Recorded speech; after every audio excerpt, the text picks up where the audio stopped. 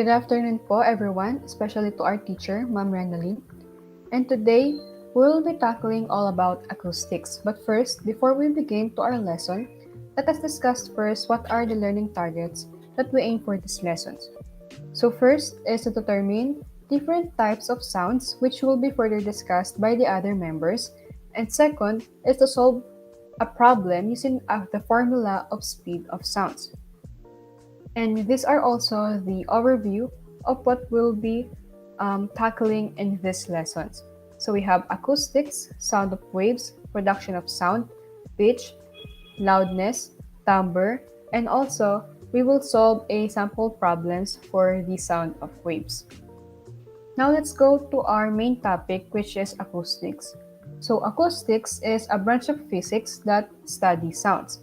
And also acoustics is also concerned with the production of control, transmission, and the effect of sounds. So kapag nagkikreate po tayo ng mga sounds, ay nakakabuo po tayo ng mga different sound waves na pwede po nating ma-identify and i-categorize kung saang sound waves po siya kabilang. And also, anyone who works in the field of acoustics technology is called an acoustical engineer. And we have 5 different types of acoustics. So the first one is environmental noise. So sa environmental noise, this is a type that deals with the vibration and noise which the roadways cause. And the examples are railways, aircraft, and general activities that are associated with the environment. So once na lumabas ka po ng inyong bahay, ay lahat po ng mga sounds sa kapaligiran mo po ay maririnig mo. Katulad na lang po ng examples, mga railway, aircraft, and yung mga general activities po such as mga tren, factories, public transportation. Lahat po yan ay under po ng environmental noise. Next is we have musical acoustics po. So this is one also concerns the study of physics of music, which is how we use sound for making music. So the examples are human voice, musical instruments, and music therapy. So kahit po yung boses natin ay nakakagawa po ng mga different sounds or sound waves, and also nakakagawa rin po yung mga musical instruments ng mga sound waves, like pag nag-pluck ka po ng mga guitar o kaya po nung ukulele po, yung mga string, ay nakakapag-produce po siya ng mga sound waves na pwede po natin gamitin for music. So this is under po na musical instrument. And next we have ultrasounds. So ultrasounds po are the sounds that have a frequency greater than the human audible limit. So ang ultrasounds po ay malaking tulong when it comes to the hospitals kasi ang ginagawa po ng ultrasounds ay nag-help po na ma-diagnose po ang isang patient pagdating po sa mga cause or mga pain, swelling, and infection. So, ginagamit po siya usually sa mga hospitals para po mag-produce ng mga sound waves na mga pictures inside po sa mga katawan po ng isang tao. And also next is we have infrasounds. So, infrasounds, these are sounds which have a frequency of less than 20 Hz. So, ginagamit naman po ang infrasounds pagdating po sa mga earthquake, tsunamis, o yung mga paggalaw po sa ilalim po ng lupa. Yan po ang purpose ng infrasounds dahil sila po ang nagmo-monitor ng mga earthquake volcanoes that form below the earth. And lastly, under po ng acoustics is we have vibration and dynamics. Dito naman po, it is a study of how many mechanical systems vibrate and interact with their environment. So, ang vibration and dynamics po ay ginagamit to control and assist in protecting a building from earthquakes and ground vibration, which we use in railways. So, these are the 5 different types po of acoustics. So the next is sound waves. So what are sound waves? A sound wave is the pattern of disturbance caused by the movement of energy traveling through a medium, such as air, water, any other liquid or solid matter, as it propagates away from the source of the sound. Para mas madaling intindihin, ang mga sound waves ay energy na nire-release kapag ang isang object ay nagpa-vibrate. Yung waves na yun, nagtatravel siya galing sa source through a medium like water. And when it comes contact sa ears natin, matatranslate ng brain natin yung source na yun into music and words. The pattern of the disturbance create outward movement in a wave pattern, like waves of seawater on the ocean. The wave carries the sound energy through the medium, usually in all directions and less intensely as it moves farther from the source. Yung pattern ng disturbance ng isang sound ay nagkikreate ng movement na para siyang waves ng seawater.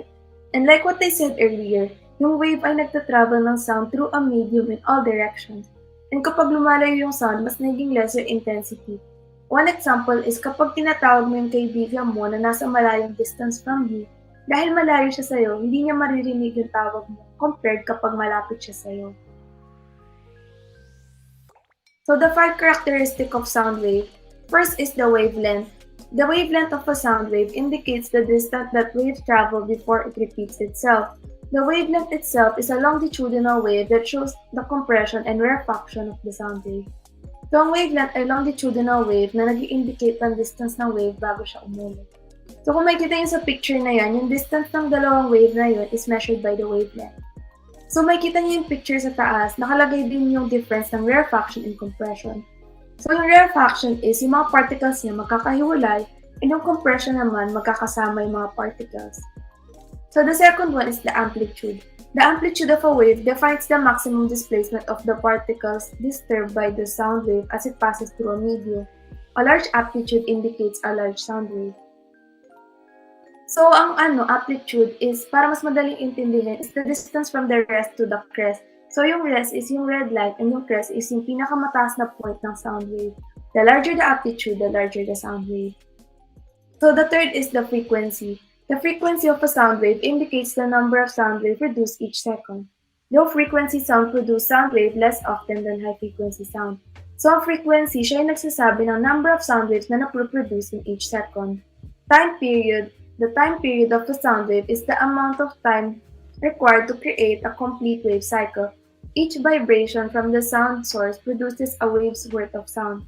Each complete wave cycle begins with a throat and ends at the start of the next throat. So ang time period naman is nagsasabi ng amount of time na kinakailangan upang makompleto ang isang wave cycle.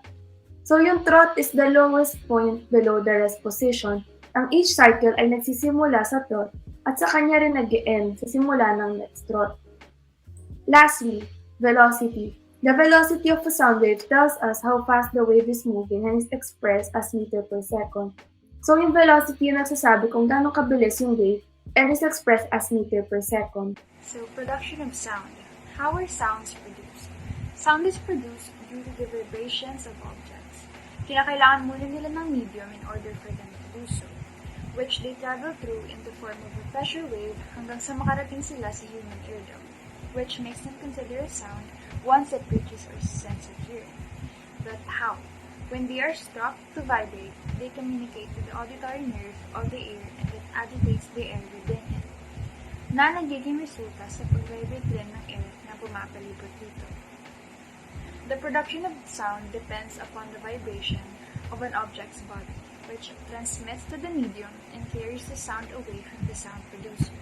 So in short, pag nag-vibrate rin ang isang object, nadadamay ang kanyang medium, which causes it to vibrate, thus producing sound. It basically initiates a chain reaction of sound wave vibrations throughout sa medium niya. So acoustics, they begin with mechanical vibrations, but how does it exactly work? So para mas maintindihan natin, let's have an example. When you pluck a string of a violin, nag-cause yung body niya to vibrate, which also results sa mag-vibrate din yung air na nagsasarang sa kanya. That's a back and forth motion, or the chain reaction, as said kanina, between it, which is the cause of the sound produced. Same as the string of the guitar, once you pluck it, it interacts with the air na pumapaligid dito, which acts as its medium where it travels through, causing the body of the guitar to vibrate as well, which produces sound. What is pitch? So, before we get into the definition of pitch, consider muna natin tong comparison.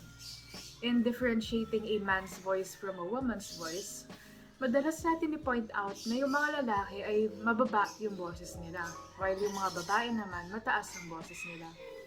And a word we usually associate this with is what we call pitch. So what is pitch? Pitch distinguishes shrill sound from a grave sound. However, ano nga ba tong shrill sound or grave sound? Ang shrill sound is otherwise known as thin sound, or ito yung sinasabi natin mataas na tono ng isang boses. And we should also know that if mataas pakinggan yung isang boses, it will produce high-frequency sound waves. Ang grave sound, thick sound, or what we perceive as deep tone ng isang voice, it will result in low-frequency sound waves. To further give you understanding, ito yung mga examples natin. Ang shrill sound, ito yung mga sound of women, sound of birds, sound of cats, and sound of whistle. Ang grave sound, ito yung mga sound of men, sound of dogs, sound of frog, and sound of drum. Explain naman natin ngayon kung ano yung high pitch or low pitch. Sa high pitch, consider natin ang guitar. Kapag nag-strum ka ng strings ng guitar, it will produce fast vibrations. Thus, your sound niya will have high frequency and small wavelength, katulad ng pinapakita sa visual presentation below. Sa low pitch naman ang drum, kapag pinalo mo yung shell ng drum, it will cause lower vibrations. Therefore, yung sound niya will have low frequency and large wavelength, which is shown in the picture below. So, pitch in physics is equivalent to the frequency of sound waves, which are any compression waves in a medium. To what we've discussed earlier, we can conclude that pitch depends on the frequency of sound. The greater the frequency, the higher the pitch, and vice versa. What is loudness? So makikita po natin na may dalawang tao na tinatakpan ng kanilang tenga dahil merong something na maingay or something loud. So what is loudness? Loudness. In acoustics, loudness is the subjective perception of sound pressure. Attributes of sound that determines the intensity of auditory sensation produced or amount of energy in sound waves. Nakadepende po ang loudness sa maipuproduce na energy sa sound waves. Kung mataas ang energy, malakas po ang loudness nito. At kung mahina naman po ang energy, ay mahina lang din po ang loudness. Also, it is the measure of the response of the ear to the sound received and is dependent on the sensitivity of the human ears. Nakadepende po ang loudness sa kung sino po ang makakarinig. Kung ang makakarinig po nito ay isang tao na may problema sa pandinig, maaaring maging iba ang tunog nito para sa kanya. Example po natin na isang radyo na malakas na po ang volume, pero para po sa kanya ay mahina pa rin po ito dahil meron po siyang problema sa kanyang pandinig. Also, decibels is the SI unit for loudness. Example of loudness. Makikita po natin na may dalawang bird na nag-produce ng sound. Ang isa ay mahina at ang isa naman ay malakas. Kapag mahina lang po ang pag-produce ng sound, ay maliit lang po ang magiging intensity ng waves at amplitude nito. At kung malakas naman po ang pag-produce ng sound, ay mataas naman po ang magiging amplitude at mataas din po ang magiging intensity ng waves. For the next topic, timbre. But what is timbre in particular? First, try to imagine and listen to the sounds of these two instruments on the screen in your head. But how can you differentiate the sound of it without audio? It is because of timbre. Your mind classifies the sounds of these instruments according to your memories hearing it before. You imagine the two instruments having different sounds from the other. It is because you know the timbre of that specific instrument. So, timbre is the character or quality of a musical sound or voice, as distinct from its pitch and intensity. Under acoustics, timbre, which is pronounced as timbre, is also classified as the tone color, which is perceived sound quality of a musical note, sound, or tone. Additionally, it is the distinguishing characteristics that separates one sound from another. It is also the reason why you hear the two different instruments earlier as being contrasting with the other. Imagine timbre as an apple. Apple has different types and are different in taste, shape, and sizes with each other. The same way we differentiate the apples, we differentiate sound, tone, and musical note according to their timbre. Just like with guitars, guitar is a general term for it. There are different types of it.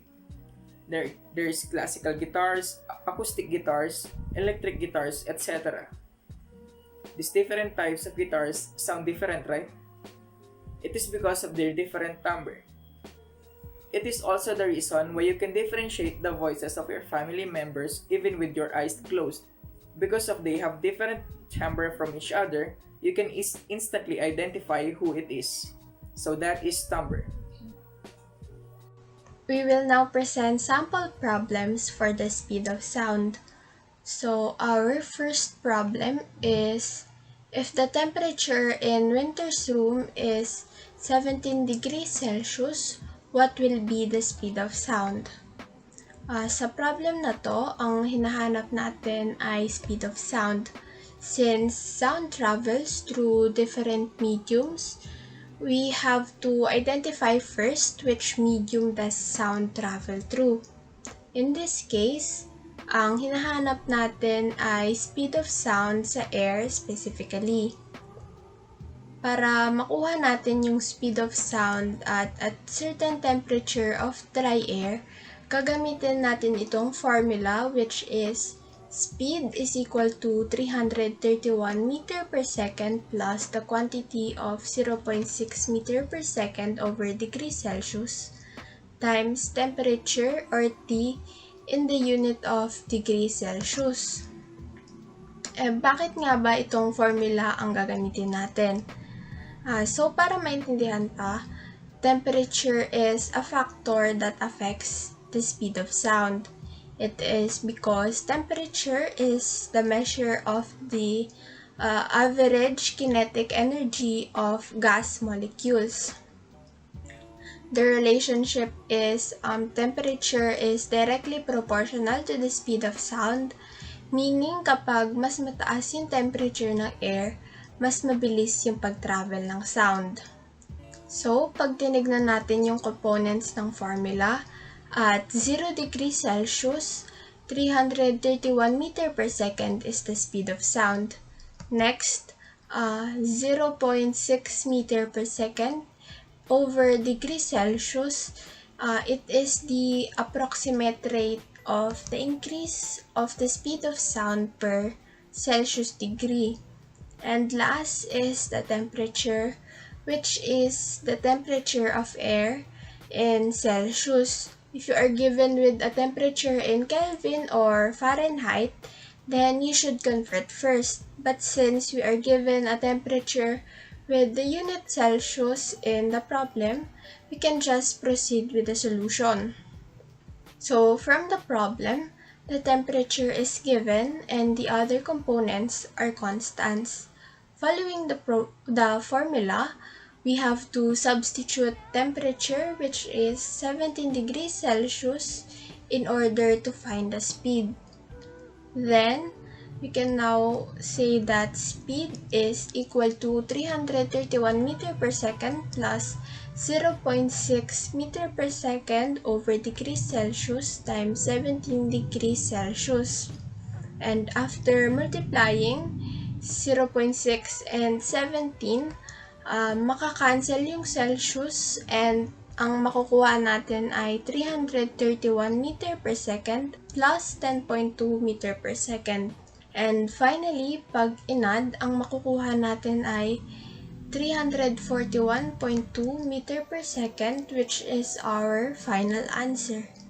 Therefore, at 17 degrees Celsius, the speed of sound in dry air is 341.2 meter per second. Now, we will proceed to our second sample problem. For our second problem, we will be finding the distance using the speed of sound and time. So, about how far away is a thunderstorm if you note a 3-second delay between the flash of lightning and the sound of thunder. The temperature of the air is 20 degrees Celsius, and the speed of sound of air is 20 degrees Celsius is 343 meters per second. So in order to find the distance, you have to use the formula distance is equal to velocity times time.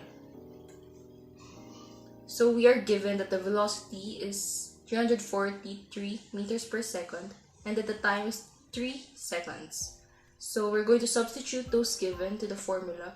So we're going to multiply 343 meters per second by 3 seconds, and the answer, which will be the distance will be 1029 meters. And that's all for our reporting. Here are references. Thank you for listening.